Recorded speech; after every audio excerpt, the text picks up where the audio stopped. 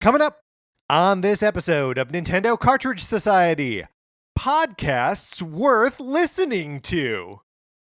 It's dangerous to go alone, so the Nintendo Cartridge Society goes with you.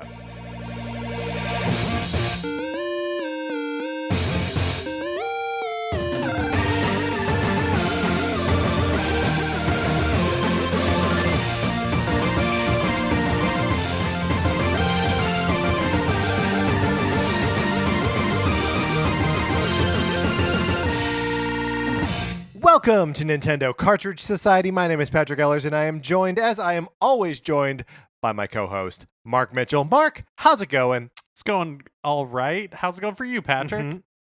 I would say also all right. We, of course, in Los Angeles just experienced an earthquake. Mark, did you feel it? Oh, we did? No, I had no idea. Yeah, like half an hour ago. Oh, wow. As of the time of this recording. Sarah was playing Animal Crossing. I was watching the Nintendo Direct we are about to discuss. And I just kind of looked over at her and she was like, just stay where you are. She was right. Don't get up. Don't try to do anything. And then it was over after just a couple seconds. Oh, wow. No, that I feel like I normally feel them but this time totally oblivious. Well, turns out not that big a deal. Speaking of not that big a deal, my copy of Sonic Forces for the Nintendo Switch. Would you like to borrow it someday when the program resumes? I know I said that the program was going to become immediately active again, and then the world took a nosedive, and I haven't gotten around to getting to the post office. So apologies for that. But we will be reactivating the program so you can borrow my copy of Sonic Forces. I mail it to you. It doesn't cost you anything. All you got to do is email us at Nintendo Cartridge Society at gmail.com and give us a mailing address that we can send it to, and then I promise, someday.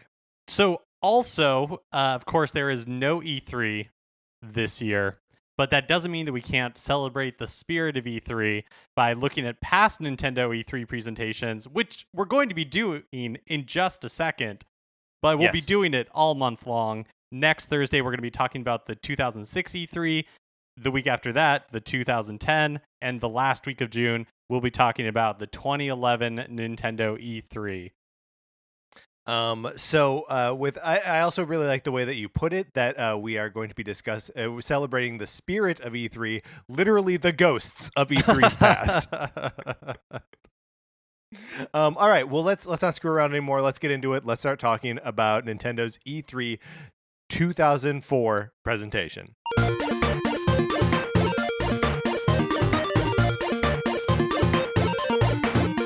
So we thought that we would start with our best remembrances, or like what we would have predicted the presentation to be like and what it was about. So here we're going to play our predictions, which were recorded a couple days ago before we rewatch this video for the first time in 16 years. Let's hear those now.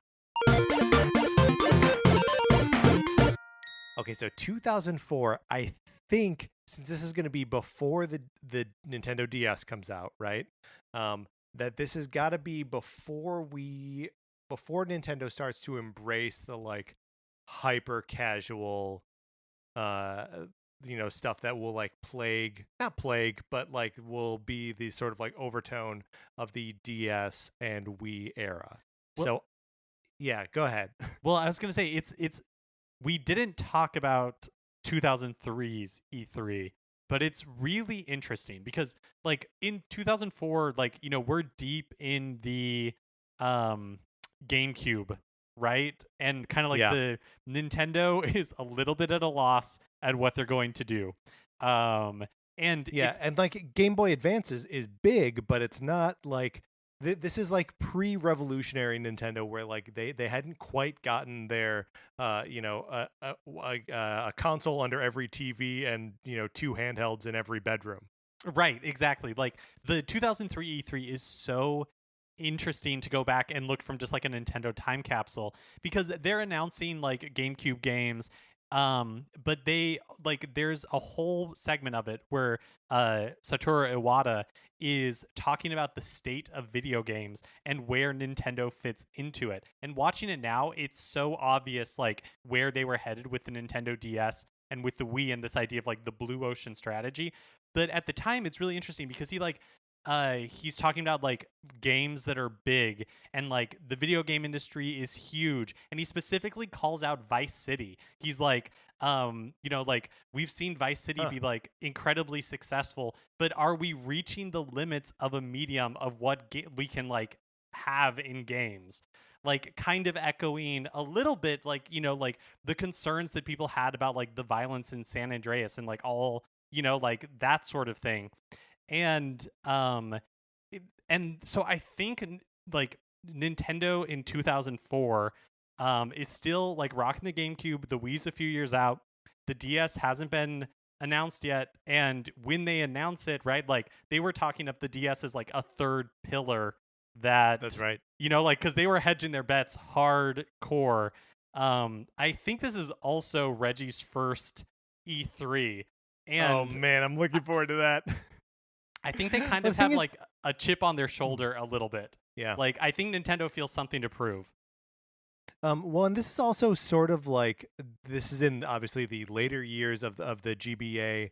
So I think that's also it's weird to call Nintendo adventurous during that period.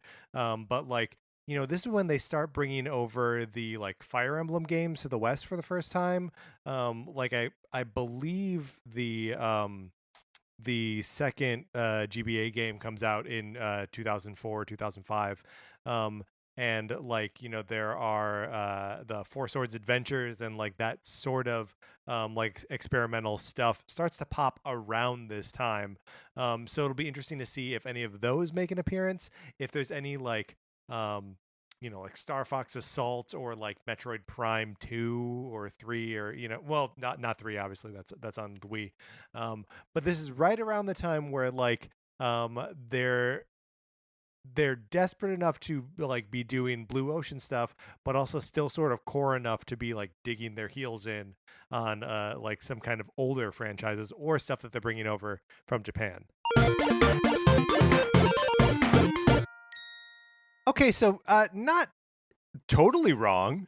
No, I think both of us forgot how kind of aggro yeah Nintendo was in this period. They definitely felt like they had to compete with explosions and grittiness and the size of your gun.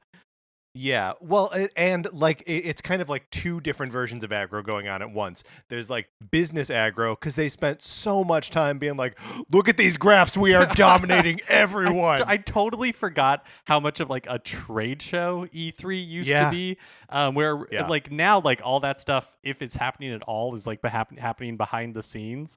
But yeah. Not only that, but it's okay, so they're doing all this really you want games, we'll give you games with murder. But then they're also Pokemon grew 40% in the past blah blah blah quarters. Everybody loves Pokemon and Mario and guns. Yeah, well, and I think some of that is just a function of it being 2004. One of the notes that I made while watching this was that every music cue in one way or another feels like the turn of the 21st century, right? It's either that insufferable club pop or a Linkin Park sound-alike, right? Mm-hmm. Or I mean there was a lot of this where I was oh man, 16 years ago was 16 years ago, and the culture just changes, and the kind of in your face energy that I mostly attribute to the 90s. I feel like in the 90s it was maybe grosser, and by 2004, maybe this is a 9/11 thing, just got more violent and scarier.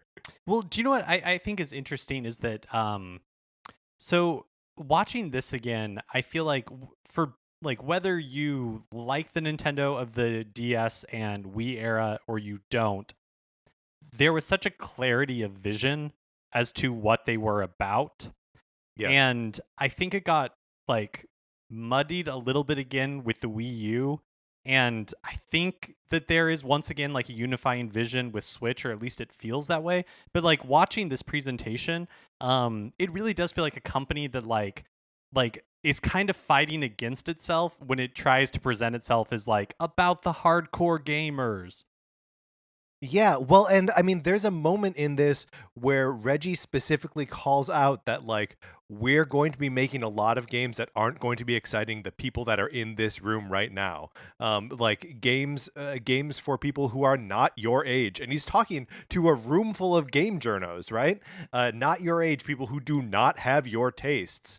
And like, there's, it's a almost like combative moment where he's like, we're leaving you dinosaurs behind. He doesn't say it quite that way, but like I feel like there's so much, and this room rewards most of the like hardcore kind of like game announcement ideas, or anything that feels like it is like a real cutting edge technology thing. But they also have, it's very interesting to like take the temperature of the room in a moment by moment, announcement by announcement basis, and we'll talk a little bit more about that when we get to the DS. But I mean, it is telling that they start the show with like a sizzle reel of three big like kind of violent games, right? Of Metroid Prime 2, Star Fox, no subtitle at this point, but would come to be Assault, right? Yeah. And Resident Evil 4, and then end the show with a trailer for Zelda, which will be Twilight Princess, but has no subtitle at this point.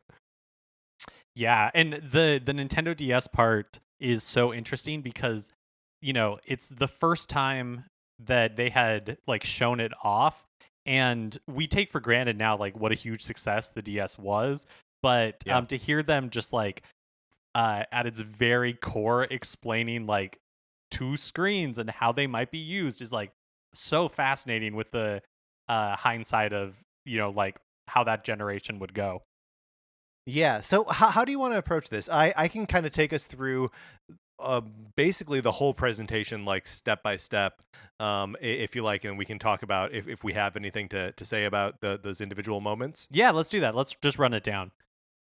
So okay, you know, like we said, it starts off with these sizzle reel with these three like kind of dark, violent games, and all the time flashing on the screen, you know, lives worth living, corners worth turning, paths worth taking, guns worth reloading, weapons worth murdering a man with.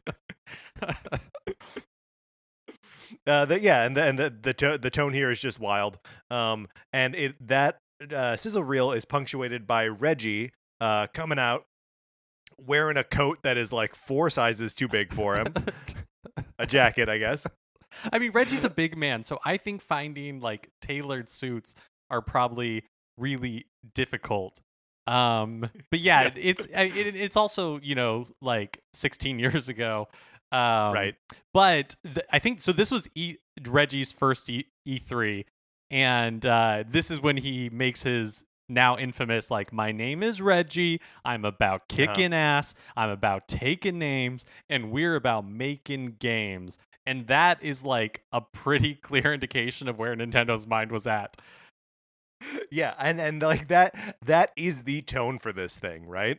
And until the end. Until the end, right? Well, until like the halfway point about.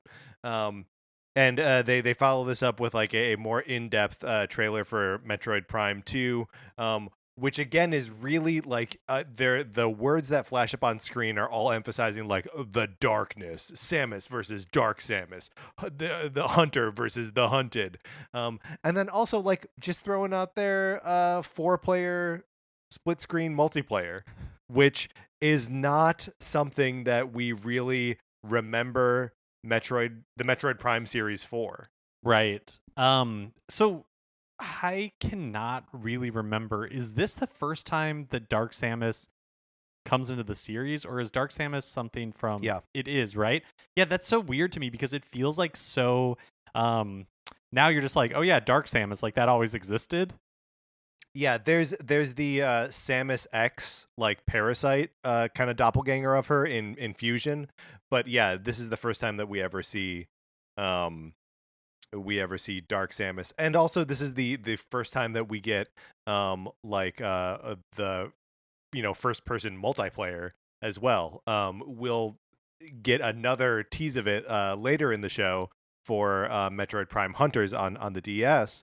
Um, but it's just weird to see that, and then it's followed up shortly thereafter with the trailer for the Star Fox game, which also shows 4-player split screen multiplayer, and again all local because like there is no such thing as online gaming at this point Right. for And consoles. right. And or definitely not on, because I mean the GameCube you could do like you could land them together. And Sure. Xbox Live was becoming a thing at this time for Halo 2, but definitely not like later for the Nintendo DS when he's like it's Wi-Fi compatible, like you don't need any cords. That gets like a huge response. It's maybe the biggest pop of the night. Yeah. I also like that in between each of these like longer trailers for these games, like Reggie has like one like pithy one liner, like the one for Star Fox is like, we like games with big explosions. Then he walks back into the shadows and they like run the sizzle reel for Star Fox Assault. And again, like like all these E3 presentations are always so much like bravado, and it's just funny to be like Star Fox Assault is such a nothingness in like it made zero impact, and so it's just funny to like have it like put up here as one of these like premier like titles that's really gonna like appeal to the core gamer. Yeah. Well, and it's also wild that like this thing swings between like very obviously a commercial, right? And then like a weird business meeting where where they're like, now if you'll please view these bar graphs where you can see that without Nintendo the industry would have had negative growth the last 2 quarters. And it's like, what is this? Yeah, and like bad mouthing the PS2 and basically saying like like Yeah. the PlayStation wishes they had the growth of the Nintendo GameCube. It's we'll get to that in a second because I have a lot of thoughts about it. But I just want to like mop up what we got here. So after Star Fox, Reggie goes, "We like games so scary they'll keep you up at night." And then we get Resident Evil 4, and it sounds like Rob Zombie is doing the the underscoring for this. And then like coming out of that is when like Reggie starts to address the idea of the Nintendo audience for the first time. And he refers to a crowd that is terminally hip is the phrase he uses that decides that Nintendo's not for me. Yeah, Who do you think who's he referring to there? What is that? I don't know. I mean, later in the presentation, he explicitly says like, I have spent my entire career, like talking to, like marketing to teenagers and to young adults, and they want like blah, blah, blah, blah, blah. And so it's interesting. It's like, yeah, in that way, it makes total sense that Reggie came in as the president of Nintendo of America when he did in 2004, when Nintendo was having this kind of like clearly identity crisis a little bit, and that he would be like, yeah, I marketed the Bigfoot pizza to teenagers, and now I'm gonna get like GameCubes into the hands of this same generation. Yeah, and this is where he says that Nintendo, that we're not running a company for hardcore gamers. We're making games for gamers that aren't your age, that don't have your tastes. And again, you could almost hear the room go like, not our tastes. Well, and it's also like it is so much. It is a lot of it a product of the time and their position in the market, but also right like now or recently Nintendo positions themselves as being like all about fun. They're games for people of like every age. They don't try to like bifurcate the audience like they were doing in this presentation. It's like Super Mario Odyssey is for everybody.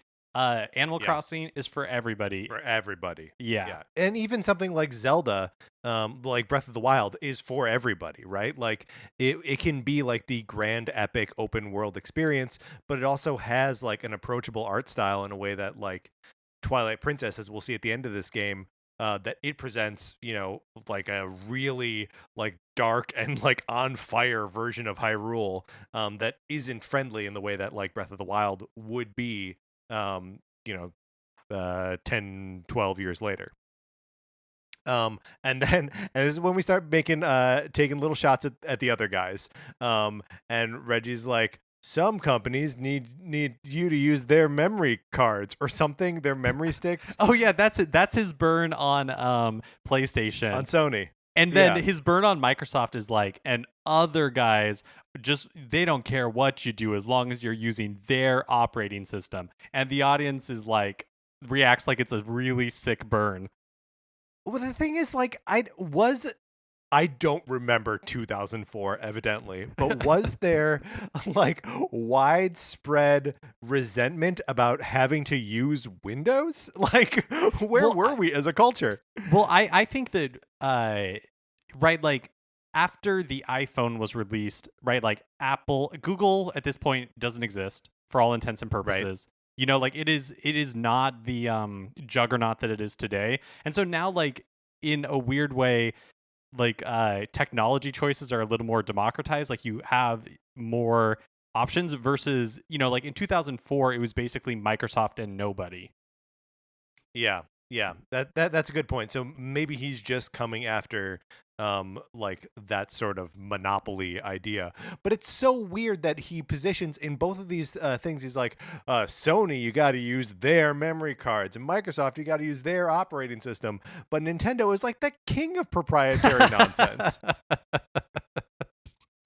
Right. I mean, well, and I truly cannot remember, didn't the GameCube require proprietary? Of course. Like, yeah. Yeah, 100%.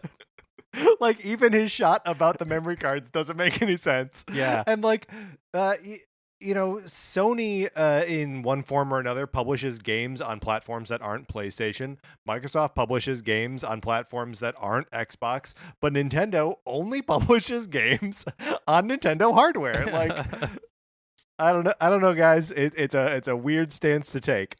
And then Reggie kind of pivots out of this by going, he who has the best games wins. And it is at this point in my notes that I wrote, Reggie rules. He is a charismatic dude.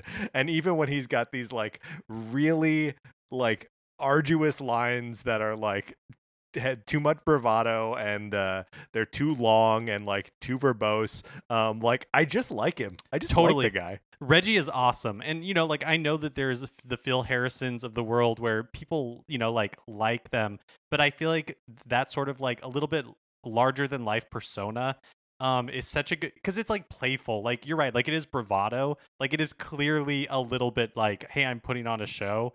Yeah. And so it's like it's clear why like everybody fell in love with him. Like, he's such a perfect fit. He was such a perfect fit for that company. And then Reggie brings out George Harrison, and I'd like to point out that this is not the Beatle George Harrison, but some dude from like marketing. Yeah, he's like the SVP or like of like marketing or something at Nintendo, and he had been around for a while. I think in just a year or two he will retire, and I think Cammie Dunaway will basically be brought in to replace him. Yeah. And so he's giving this presentation, which has touched on a lot of the things that we've already talked about. And again, it is all like charts and graphs, and he keeps doing these like little pauses for recognition, and the crowd doesn't care, right? Like, well, he's talking about stuff like in the like past 3 quarters since we dropped the GameCube to $99. We've seen like this much growth and all that kind of stuff, and like, sure, like all that, like the numbers are interesting, but also, like everybody was aware that PlayStation 2 was just kicking everybody's trash. So like you can point to like all the graphs you want, but it didn't change like the reality of the situation that the GameCube was like an enormous kind of like failure. Right. Well, and but like the way he's positioning it, like you're right, that's definitely not the story that he's telling. It's also just strange to hear like the prediction. He's got a and I don't know how they like come up with these numbers, but they had an image of how many consoles had been sold this generation among all three platforms, and they were like, and we predict another 20 million among all the platforms, for a total of 58 million units, from that generation. And just to remind you what generation we're talking about the PlayStation 2 generation. Mark, how, if you had to guess, because I'm going to look it up, so I need you to talk for a second, but how many units do you think the PlayStation 2 sold lifetime? It's way over 100 million, right? I think it's almost double this. I think it's like 110 million or something They like that. must purely be talking about the US market. That's interesting. Because it's a Nintendo of America presentation, like they must just be talking about US. So just so just so we got this clear, the PlayStation 2 has sold 158 million units worldwide. Hey, it's if nothing else, it's an amazing DVD player. Oh yeah, the best DVD player. All right, traveling back to my notes here. The other like interesting bit of insight here is that he's talking about the like kind of shift in Nintendo strategy from the early part of the GameCube's life cycle to the end of it, saying that at the beginning they burn through hardcore early adopters by like throwing out the sort of hardcore gaming experiences first, and then sort of transition to games that are about entertainment, things you recognize and value. Yeah, like George Harrison's presentation is all kind of about like, why is Nintendo, and I think this is what feels like so much like a trade show, where it's like you're pitching, if I were talking to investors, like this is what, if he was talking to investors, this is what I would expect him to say, where he's like, look, we kind of, like the beginning of the generation is what it is, but like we still think that there's this much room for growth this generation, and Nintendo is uniquely positioned to capitalize on it because we've been playing this end of like we've seen like 3 consoles before this through the end of the generation, so we're old hat at it, versus like we know Sony, what it looks like. They've done it once before. Microsoft has never done it before, so like we're in a position to like eat their cake. Right. And Mark, does that end up happening with the GameCube? Here's I have to confess, my jaw dropped when he said we dropped the price of the GameCube to $99 in September of last year, which means that it was still 4 years before the Wii came out, that the GameCube was $100. No. It was 2 years, right? The Wii came out in 2006. Oh, so 3 years then. From September 2003 to November 2006. Oh my gosh, you're right. Oh my gosh. And that means it dropped to $99 within like 2 years of it being launched. Yeah. So which is it's especially considering that the Switch has held so strong at $300 since it came out, and granted it's only been 3 years and change. But yeah, it's just remarkable that like $99 is so cheap. I don't know what gaming hardware, like real gaming hardware, you can get for $100 right now. Yeah, no, it's. I think even at the time it was kind of like jaw dropping. Yeah. So that then we get like a look at GameCube games that are coming down the pipe, and we see the following games: Donkey Kong Jungle Beat, Pikmin 2, Advance Wars Under Fire, which I believe would become Battalion Wars. I think but I don't know. Mario Party 6 and Paper Mario 2, which is, they're just calling it Paper Mario 2. And I love that even at this point, Nintendo doesn't think to position Paper Mario as like a front of the presentation. You know what I mean? Like it is a deep, like it is in with the sizzle reel, and like we'll see a screen or two of it later, but like they are not positioning it as like a reason to buy the system or anything like that. Yeah. Yeah, I thought it was funny that Pikmin 2 kind of got like higher billing than it. Just because Pikmin always has felt like a very like minor Nintendo franchise. Yeah, and it is. It's a totally niche franchise, even among like other niche franchises. It just doesn't have uh like that kind of pull. Then we move into talking about the success of the GBA and the wireless adapter for use with trading like specifically they're like so you can trade Pokemon with people. Yeah, and I don't know if you wrote it down, but like he talks about like the latest Pokemon releases, and they sold like I can't remember what it was. It was like 5 million copies. Yeah, it's a ton. But it's like 5 million copies in like in 6 months, and it's just crazy. Like on Tuesday, we were talking about like Pokemon Company having its best year ever, and it's like Sword and Shield sold that amount, like before it. Like in pre-orders, right? Like opening weekend, yeah. Yeah, like it's like the Pokemon franchise is like exponentially larger now than it was at what you might have considered like previously the hype of Pokemon Mania. Yeah, and I mean they're really at this point like trying to like show off the strength of the GBA as like they say at one point that it doesn't lead the handheld the Game Boy doesn't just lead the handheld market, it owns it, right? He mentions that there have been 9 serious competitors to the Game Boy and that the Game Boy has crushed them all. Mark, do you think we can name the 9 competitors to the Game Boy? So the Game Gear, right? Sega Game Gear's got to be one. The Color Swan. Do you think they count? Yeah, Color Swan, that's the Neo Geo maybe? Yes, I think so. I don't know. It's it's called the Atari Wonder Jaguar, Swan, right? or what was the Lynx? The Lynx. The Lynx, yeah, and then the Neo Geo Pocket. That's a different thing. And then 5 other ones. Assuming and then 5 others.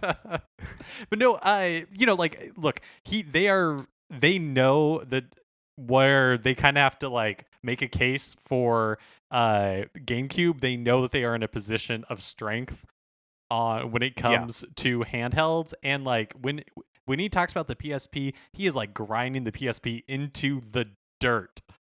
Oh yeah, is like the PSP doesn't have the battery life that you want it to.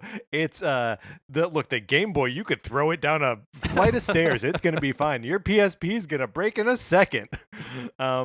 Yeah, it's it is a savage beating of the PSP, which the PSP sort of has not the last laugh. The GBA is very successful, as is the DS, but the PSP ends up being easily hacked, and people just end up using it as a game emulator, and it becomes one of the most successful pieces of hardware ever because people use it to steal stuff.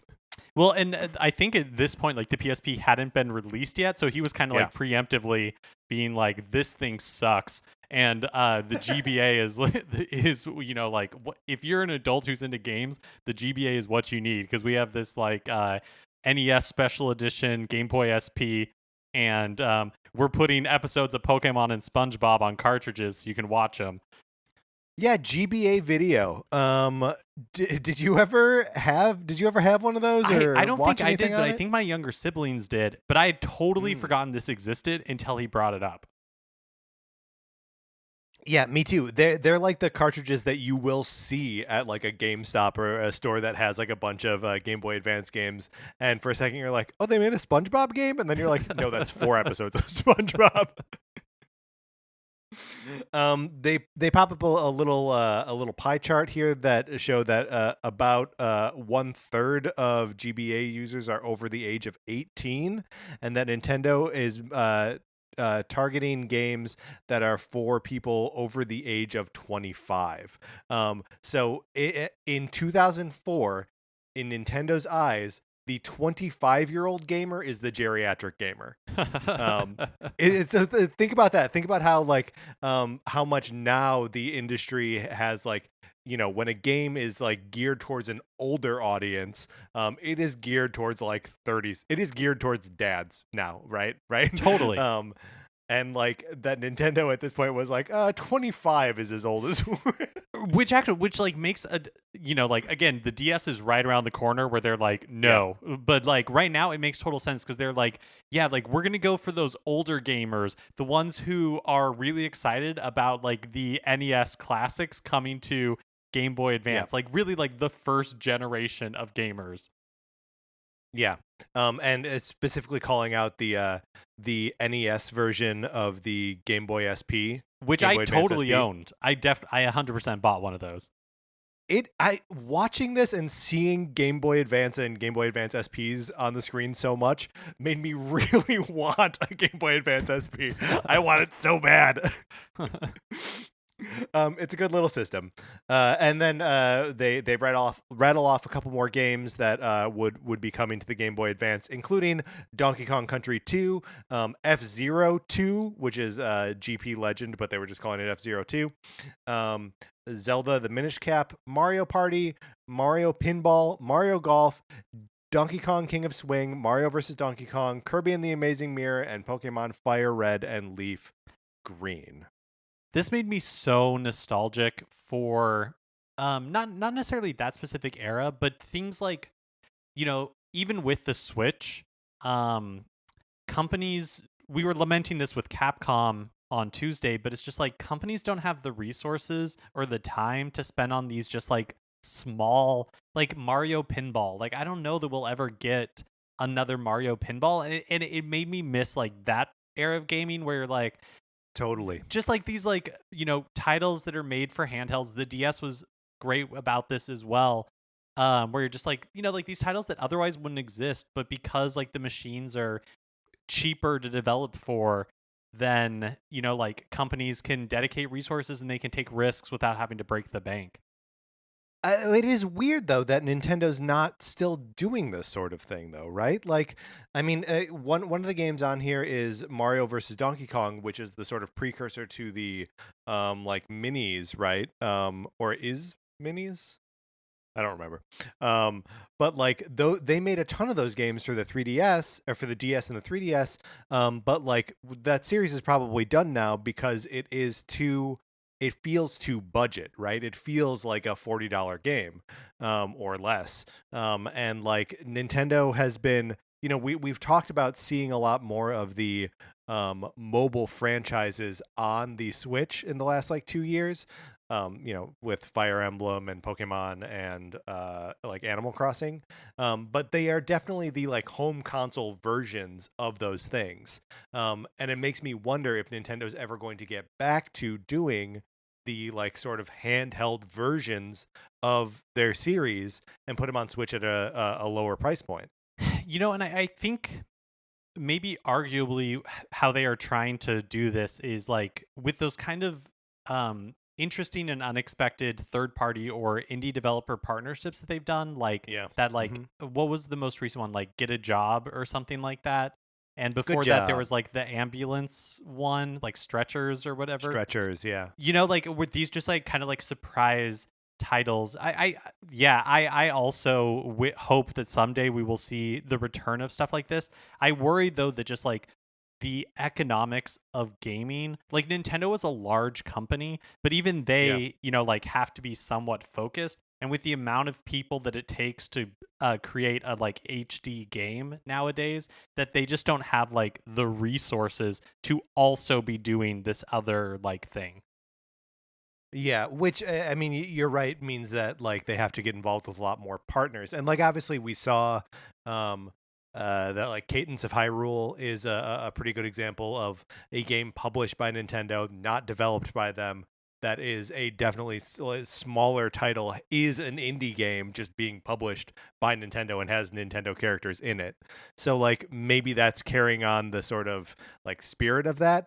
But like I just rattled off like 10 games that were coming to the GBA later in 2014. Like that's a lot. Yeah, it's a ton. And like sometimes you just need like Tetris 99 is I think the perfect example of what I wish they were doing more of. Because again, they have those like the Kirby like the free to play game, like all that type of stuff. But it's like no, I would kill for a Mario Pinball that I paid $25, $30, $40 for, and it's just like a pinball game. Like, it doesn't necessarily need to be any more than that. Like, sometimes you just want that little like just like time waster diversion. Yeah, and especially, I mean, one of the things that, and this is maybe taking your mention of Tetris 99 like too literally, but like one of the things that's so great about that is that it's not that it doesn't take that much to like superimpose like a skin over it, right? And just be like, okay, this weekend it looks like Fire Emblem, or this weekend it looks like Pokemon. That like those sorts of things could also happen to a pinball table, not with without having to develop like a whole new game. Also, at this point, they're starting to show other GameCube games, and we revisit the idea of Donkey Kong Jungle Beat, and they show people playing it with the bongos, and then they introduce Donkey Konga. But seemingly only because their hands are tied and they've showed people playing bongos. Well, yeah, it is interesting that they're like Donkey Kong Jungle Beat, and then never really explain why, Right. like what that game is or how like gimmicky it is. But again, like we've talked about in the past, super notable because it's made by what like EAD Tokyo, who would eventually be given the reins to Mario, and that's where we got like Mario Galaxy. So what do you make of them sort of like they show off the way you control Jungle Beat and obviously Donkey Konga, but don't like spend any time like they're introducing an alternate control scheme here, but not really dealing with it in like a meaningful way. They're kind of more interested at this point in the presentation of just like barreling through to the sizzle reel of third-party stuff that's coming to I was about to say to Switch, to the GameCube. Like they have something new and interesting and sort of in line with like the new play style, or like Blue Ocean strategy, but like they're almost embarrassed of it or like not expecting it to like actually play on the GameCube, or I don't know. It feels like a weird move. Yeah, I think it's like this presentation is so aimed for them, like when they're talking about games at like the core gamer, that I think they're a little bit like for like ashamed, maybe. Like in a weird way, Donkey Kong is ahead of its time, because if it had come out 5 years later at the height of like the Guitar Hero era, I think like people would have been like way more ready for it. One thing, this is kind of like unrelated, but you had mentioned it earlier, that he talks about like he who has the games wins or something like that. And it's like, I feel like that is the rallying cry over and over of companies in third place. I feel like we heard it in the Wii U era. I feel like Xbox says, like I feel like when you are down, what you say is like, none of this other stuff matters. What matters is the games. Yeah, well, and I think that is also just always Nintendo's rallying cry too, though.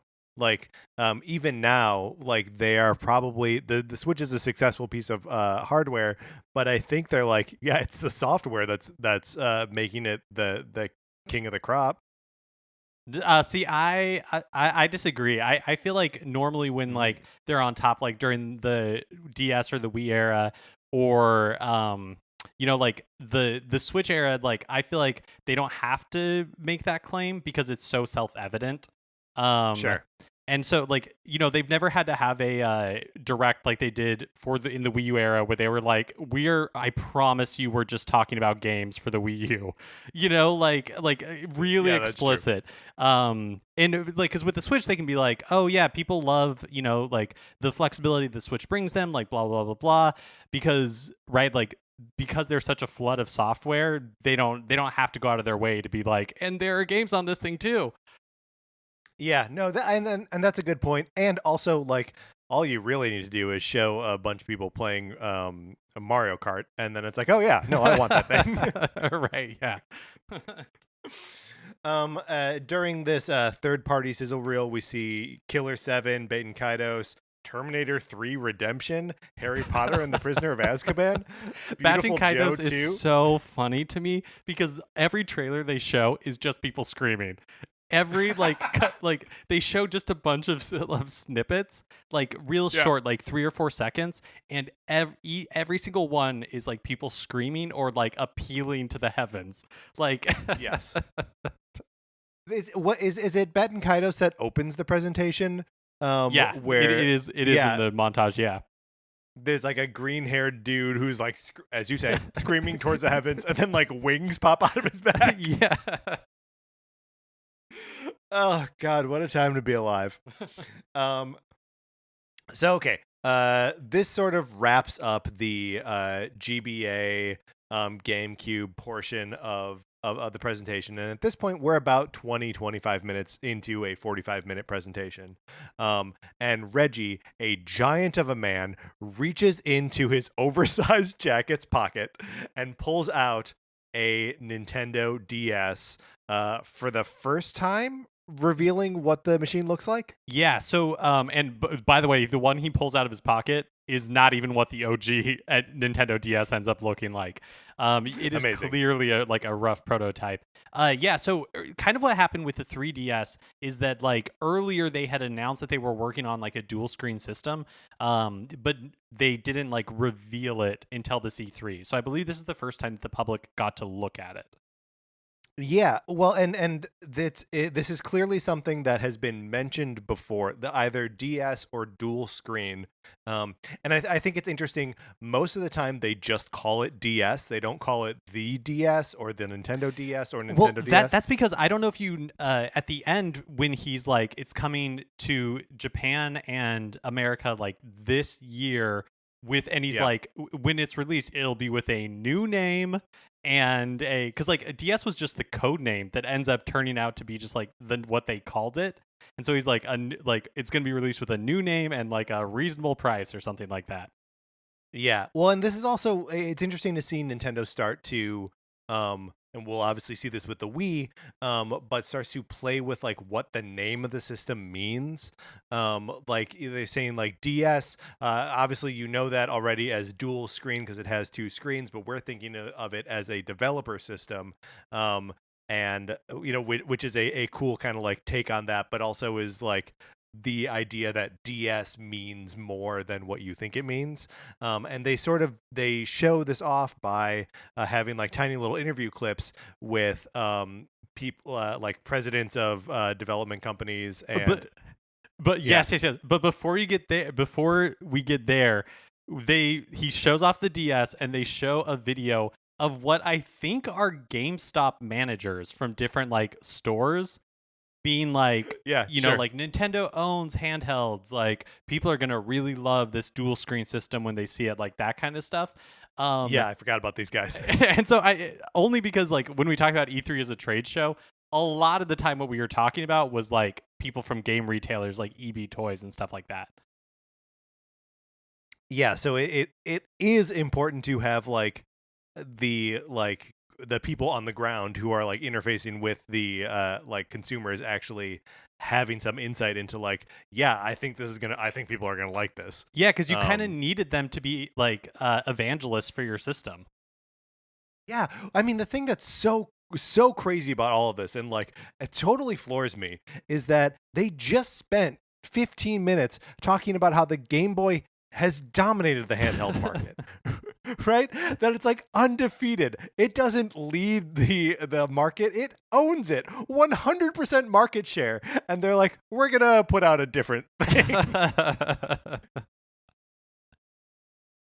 So the very first like bit of gameplay on a 3DS that we see is the Mario 64 DS port, and it's just Mario and Luigi and Wario flying around with the wing cap outside of Peach's castle, and that's like accompanied by Reggie saying like it can do 3D graphics on the top screen and 3D graphics on the bottom screen.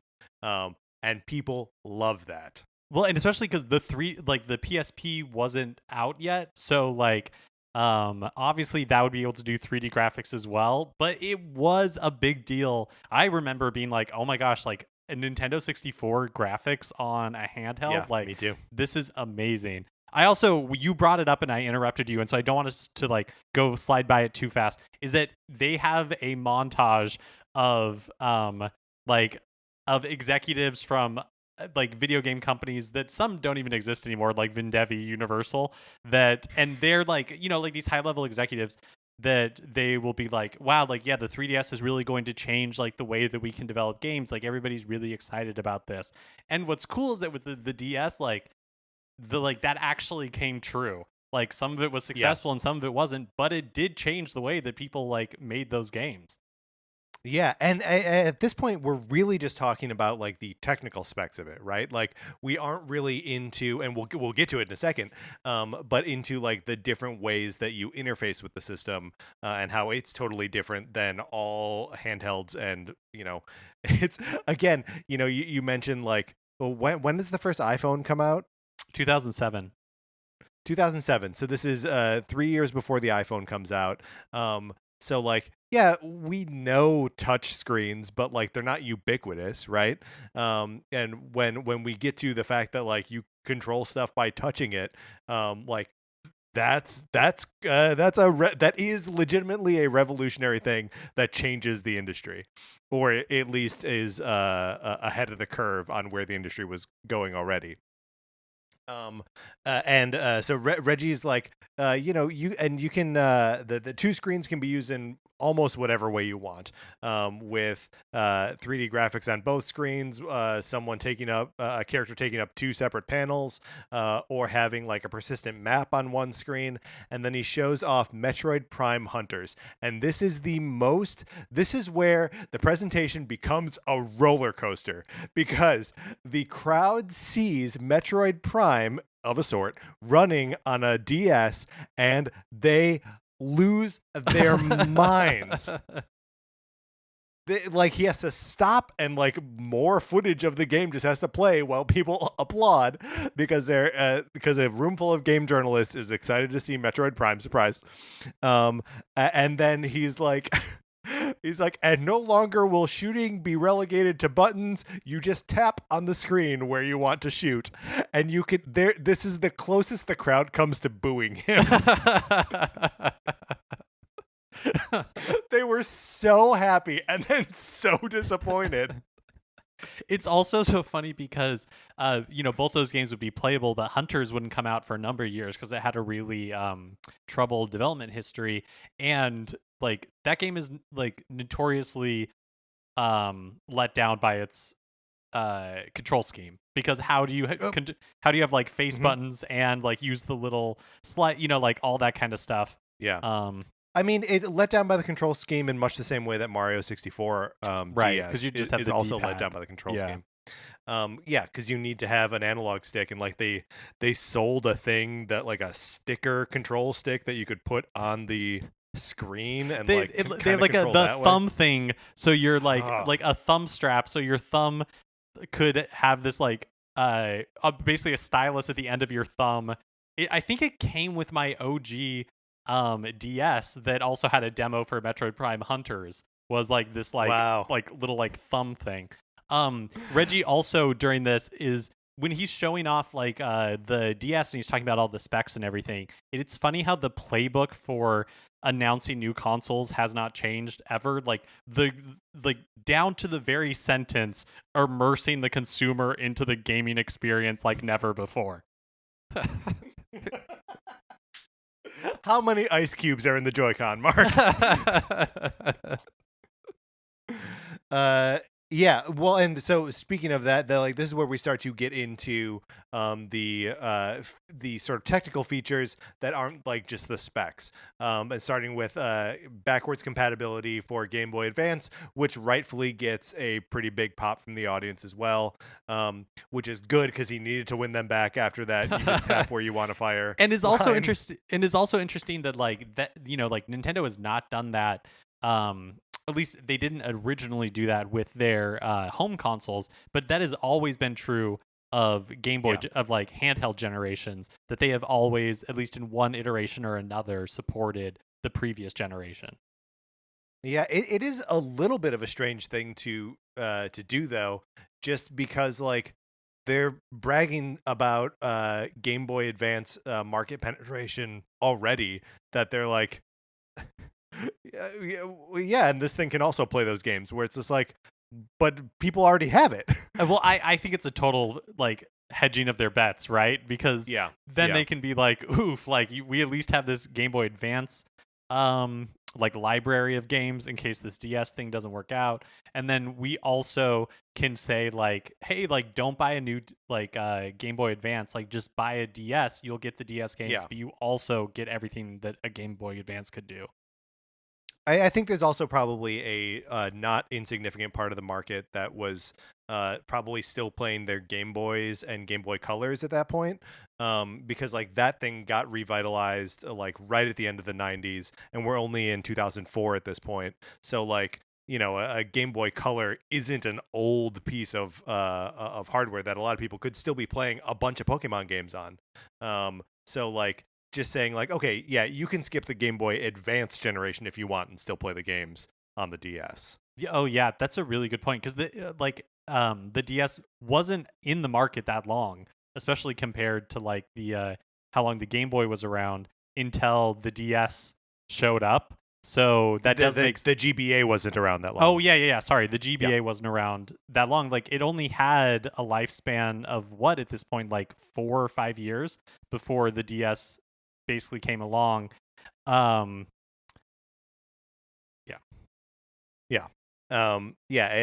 is remarkable like how successful that thing was for. I mean, it's just sort of the continuation of the Game Boy line, which was very long. But it is interesting that like for on the DS, like they had to go out of their way to do it because they had to create like a completely separate like game slot where you could put the GBA cartridges. Yeah, which is like totally messes up like the form factor of the thing too. And that's when we get into touch and voice. That the game has inputs where there's touch screen on the bottom, which you're either touching with your hand or with a stylus, and that there is a microphone that can pick up voice commands. And Reggie makes a weird. He's like, and your voice and only your voice will control the game experience. And was there a point in this development where they were like, yeah, we're going to make it so it recognizes the player's voice only? It definitely seems like it. But that was for sure not a thing. Just like for sure not a thing. And you know, they're not really showing off or mentioning what like the touchscreen would end up be used for a lot. You know, like where we're not seeing brain age or any kind of like Picross or anything like that. Like any of the really obvious applications for touchscreen controls, they're not really talking about at this point. Yeah, I mean, we don't really see a ton of gameplay or games at all other than Metroid Prime, a little bit of Metroid Prime Hunters, and that little bit of like the Mario 64 splash screen, essentially. And I know the like versions of those games were available to play, but it doesn't seem like there was very much like third-party presence, like games that were ready to go for that E3, which is a little bit crazy. Because the system ended up launching just like a few months later, and you got stuff like Feel the Magic XYXX, but you know, like those were even like Nintendo had like the Yoshi Touch and Go, like it was very like tech demo-y for a little bit. Yeah, well, which makes sense. It is genuinely a new way to like control a lot of this stuff. Then we move on to the connectivity of the system and its local wireless capabilities. Up to 16 players can connect, 100 feet of range, and also this thing connects to Wi-Fi. And again, huge pop from the crowd who is excited to play online games on a handheld for the first time. Yeah, I think so, especially wirelessly, right? Because I think probably at this time, even the Xbox required you know, like a Ethernet connection. Like I don't know if it was out of the box Wi-Fi compatible. I mean it is really funny to think that like so at this point I'm in college, right? And we didn't have Wi-Fi everywhere. Like that wasn't people would have individual like wireless routers in their dorm rooms, but they were plugged into an Ethernet cable to the wall. But for the most part, you probably just wired in directly. Whereas like those Ethernet ports don't exist in the dorm rooms anymore because they all just have Wi-Fi. Yeah. So they were introducing a Wi-Fi compatible system in a time when that was not ubiquitous. Yeah, it was super forward thinking. But like with a handheld, didn't really have many other options. Yeah, totally. But like it had the Nintendo Wi-Fi connection. I think it ended up being called, and that was the first time that Nintendo had really like an online service of any sort. Yeah, yeah, yeah. The handheld leads the way on that, not the home console. Which again, just wild to think of. And then there's like another, set of interviews with developers and CEOs of businesses. Kenji Inafune of Capcom shows up in there, and I was like, it's good to see Inafune.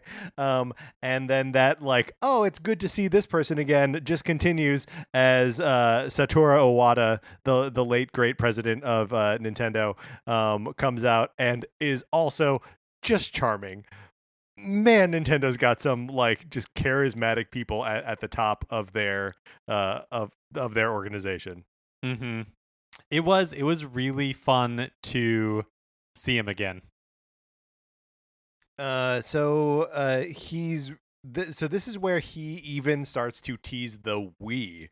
Believe it or not, he's kind of just talking about how different, or how like the DS is essentially going to be the future of gaming, because it is doing something different, right? And he lays into that like different a lot, and saying that different is also going to apply to the next home console. And again, a gasp from the crowd who was not expecting to hear Nintendo talk about the new home console during this presentation. Iwata like lays out the we've reached a point in technology where better specs does not equal a better system. It's wild. He is, and again, that some of it is just like this is what we're going to say because nobody who works in technology could actually believe it. But he's like, we're reaching the upper limits of what graphics can do. Like games pretty much are looking as good as they're going to look, which says so much about the Wii. You can't tell me that you see the difference between a Wii and a 360. Yeah. Like you're right. Like it is so interesting that, they're talking up the code name like Nintendo Revolution. We don't know the control scheme, like all this stuff yet. But with the benefit of hindsight, it is so interesting to see how like plain and how clear they were about what the Wii was actually going to be. And then 100%. You just didn't, like, with a name like Revolution, you just didn't want to believe it. You're like, wow, like think of the specs. And it's like they were not interested in that at all. Yeah, I mean, it is amazing that like he comes out and says like the next home console we're going to make is not going to be as powerful as everything else. We don't care about that. We're going to change the way people play games. And this is in 2004. The Wii doesn't come out for another 3 years, and he's already telegraphing it. Yeah, I thought that was like really remarkable. And then they're like, oh, by the way, we've got one more thing to show you. And the one more thing is, of course, a trailer for a new Zelda game, which would eventually become Twilight Princess, or be called Twilight Princess. Mark, what'd you think of this trailer? I thought it was so funny because, again, it's like, look, Twilight Princess is a more like dark, literally, they definitely Link is grown up. Like when Miyamoto comes out, like he says that he's like, this is a grown up Link, right? Like I like it. He also says like Link has to like grow in order, like Link has to always be never changing. Stops changing. Yeah, and so like this is very different from Wind Waker. I dare say that it was like kind of the Zelda that people wanted, right? Like it definitely feels like fanboy wish fulfillment. And like the trailer has that Like we saw at the start of the show where they're like, we love explosions. Like this is another one where they're like intercutting these like words on the screen with graphics from like bits of the game, and it's things like blades will bleed, and like all this stuff that you're like, I played Twilight Princess, like I don't think that's true. Yeah, and yeah, there are definitely a lot of cutscenes from this where it's like armies of bokoblins and like a world on fire behind them that you're like, this does not make it into the final cut of the game. But this does seem like or this trailer is sort of like poised to be the fruition or like the living up to the promise of the Space World 2000 Legend of Zelda demo that came before the Wind Waker was actually announced. But they were just sort of like showing off what Zelda could look like, what the tone could be. And it seems like, I mean, do they need to apologize at this point? Did they feel they needed to apologize for Wind Waker? Like, I do think they did. I mean, I don't know if they felt the need to apologize, but I definitely think that they felt the need to be like, okay, like we're not saying we agree, but we heard, what that initial reaction to Wind Waker was. And, like, again, going from Ocarina of Time and Majora's Mask, like Wind Waker is for sure like a left-hand turn. Like Twilight Princess feels in a way like a natural extension of what Ocarina of Time would turn into. Totally. But to a fault. Yeah, 100%. Like it's essentially a remake. I also thought it was funny that to me it had very like, oh man, like Lord of the Rings had such a cultural influence, like like the music, the crowd, like the crowd's like there's like a big Balrog looking thing, that Link is gonna fight for a second, like that felt very much like Lord of the Rings 2002. Man, like 2003. What a great point. Yeah. What a great point. That like, yeah, 1 year is Fellowship, the next is Two Towers, the next is Return of the King, the next is this presentation. Like 100%. And as you mentioned, after the trailer, Shigeru Miyamoto comes out with a sword and shield, mentions that Link never stops changing. Again, is adorable. It's crazy how much that they're like, this is a dark, new, tough Zelda game, and now here's an adorable Japanese man who's going to struggle through some English to get this out to you. Completely, like it's so but like, yeah, like the trailer and the game itself, like I would say is definitely not as dark as like the trailer makes it out to be. Absolutely. But like they're like, here is this like dark trailer, and then Shigeru Miyamoto comes out and he just is exuding joy and the audience is eating it up, and you're like, yeah, that is the core of Nintendo, and that is why like they have found this new success in the Switch era, because that is what they have dedicated themselves to right now, which is just like that sense of like childlike wonderment and joy. Yeah. Then they go out on the notion that the Nintendo DS is the third way to play, the new way to play, and Nintendo's Revolution will be the same. At that point, sort of like looping in both the code name for what will eventually be the Wii, and just like this sort of ethos of like the DS and the blue ocean strategy that we don't even really know is coming yet, but that they are threatening at every point throughout this presentation. So, Mark, what overall, and now that we've talked about it, like, what do you think? Do you think this was a good E3, a good way to reveal the DS? It's interesting because like it is a super memorable E3, like so many, like, Reggie's first E3, the reveal of the Nintendo DS, Shigeru Miyamoto storming the stage at the end after the like Twilight Princess reveal, like all of those are such like epic moments, and they came at like a time when Nintendo was kind of lost a little bit, or at least like wasn't getting their message through clearly. So like it is like, it's a really good E3. I don't know that it's like their most triumphant one at the time, but in hindsight, I think it's actually like aged really well.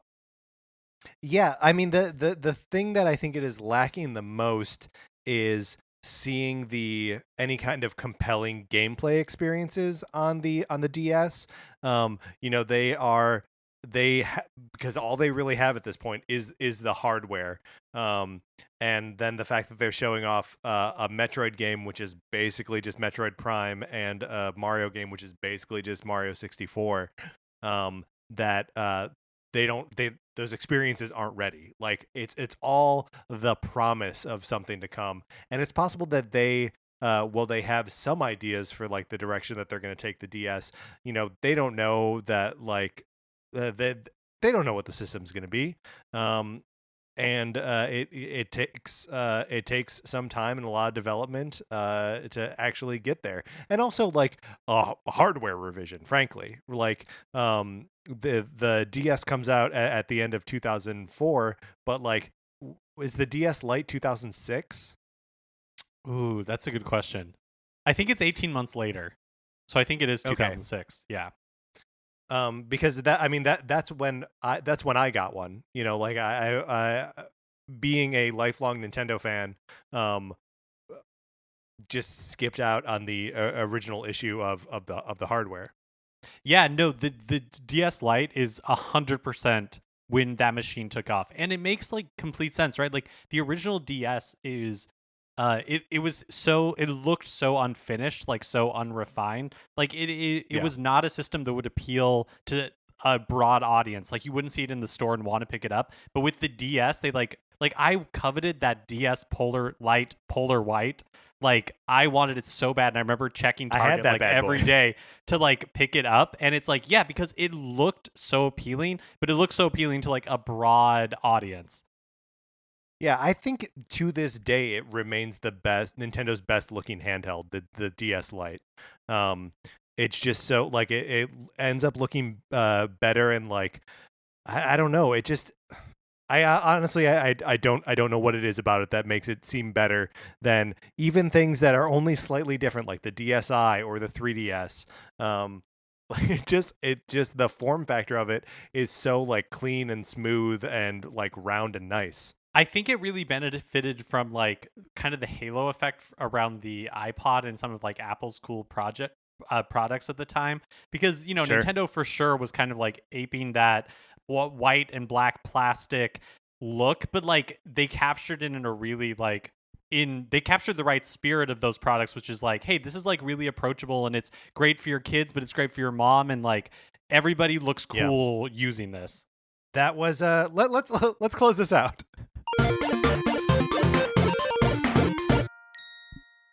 That's what we thought of Nintendo's 2004 E3 presentation. What did you think? Did you watch this thing and then also listen to us, or are you just trying to remember if you've ever seen this presentation? It's available on YouTube. And Mark, do you recommend that people now in 2020 go back and watch this thing? I do. I think if you're into Nintendo, it's fun, right? It's such a fun time capsule, and we'll put the link that we have to the show in the show notes. So if anybody wants to check it out, you can, because I think it's only 45 minutes, and like it's super fun to kind of like look back on what Nintendo was. And I would say that unlike some other E3 presentations between now and when they go, all digital, there aren't really any big cringy moments in this. Like, there's no point really where you feel embarrassed for them, except for in the like generalized, like the early 2000s were a little bit of an embarrassing time. But otherwise, I would say not. But I would love to hear what everyone else thinks of this presentation. So if you would like to tweet at us, we are at NinCart Society on Twitter, and you can email us at Nintendo Cartridge Society at gmail.com. All right, that is going to do it for this episode of the show. Remember, please rate, review, and subscribe if you liked the episode. You can also share it wherever you share stuff. On Twitter, you can find us all there. When I say all, I mean both me and Mark and the show.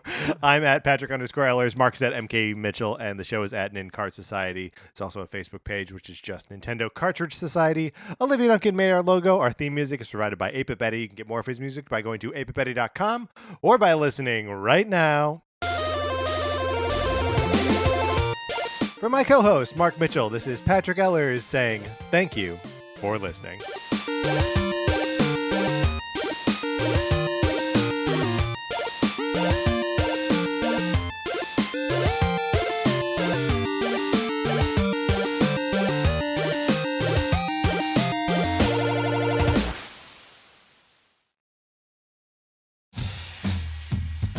Have you ever encountered an unexplained hairy bipedal hominid in the woods? Have you received telepathic messages from an unidentified aerial phenomenon? If so, then you need to listen to Bigfoot Collectors Club. I'm Michael McMillan. And I'm Bryce Johnson. And together with super producer Riley Bray, we make up the Bigfoot Collectors Club. That's right. Every week we talk to actors, comedians, writers, and paranormal experts about their personal paranormal histories and share stories of high strangeness. Like the time when we talked to Craig Ferguson about the Loch Ness Monster and when a sea witch told him he had raven magic. Or the time I asked Pitch Perfect's Anna Camp her opinion on cattle mutilations. Past guests have included Rachel Bloom, Jen Kirkman, Paul F. Tompkins, Bobcat Goldthwait, and more. So if you've ever been abducted alongside 5 reindeer by an alien with drills for hands or witnessed Bigfoot crawl out of an interdimensional portal, Don't laugh, happens all the time. then check out Bigfoot Collectors Club on Campfire Media or wherever you get your podcasts. Bigfoot Collectors Club. You're here to believe us. wait, is that how it goes?